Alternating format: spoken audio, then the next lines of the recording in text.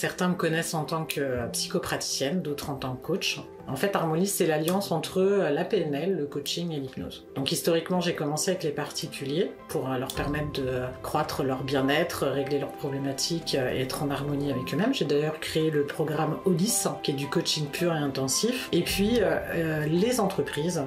Je travaille notamment avec les petites structures que j'adore, puisqu'il y a beaucoup d'affect et un besoin d'engagement du collaborateur. Donc j'ai créé des programmes spécifiquement pour eux, pour que ça soit accessible en termes de budget, en termes de temps.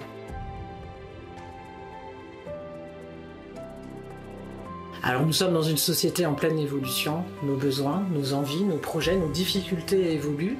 Donc c'est de pouvoir avancer aussi selon les besoins des entreprises, d'accepter les hauts et les bas de chaque collaborateur, de chaque personne à titre individuel et de pouvoir les accompagner en ce sens en toute sérénité. Et encore une fois, toujours pour retrouver cette harmonie soit individuelle, soit harmonie collective.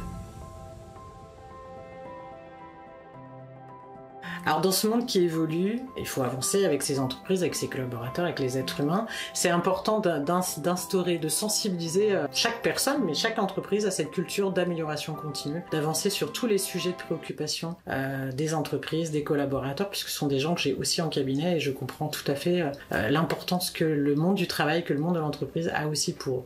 Et c'est important aussi pour les dirigeants de prendre soin d'eux à titre individuel pour sortir de leur isolement, de leur mal-être qu'ils n'osent peut-être pas forcément partager ailleurs.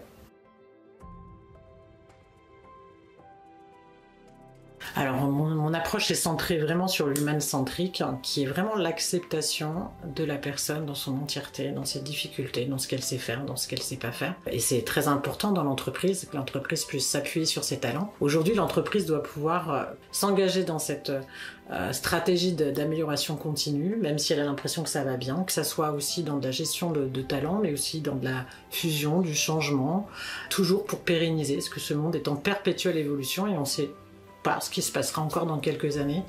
Et c'est important pour les collaborateurs d'être engagés. Cette approche permet aux entreprises, aux chefs d'entreprise, aux collaborateurs, aux dirigeants de rester flexibles face à ce monde qui bouge et donc de s'adapter et donc de rester compétitifs face à leur marché et surtout satisfaire leurs clients. Alors la Céline Touch, je dirais que c'est l'authenticité, puisque je dis ce que je pense, je suis quelqu'un d'assez spontané et je peux être aussi bienveillante que je peux être confrontante et ça plaît plutôt bien, puisqu'il n'y a pas de mensonge.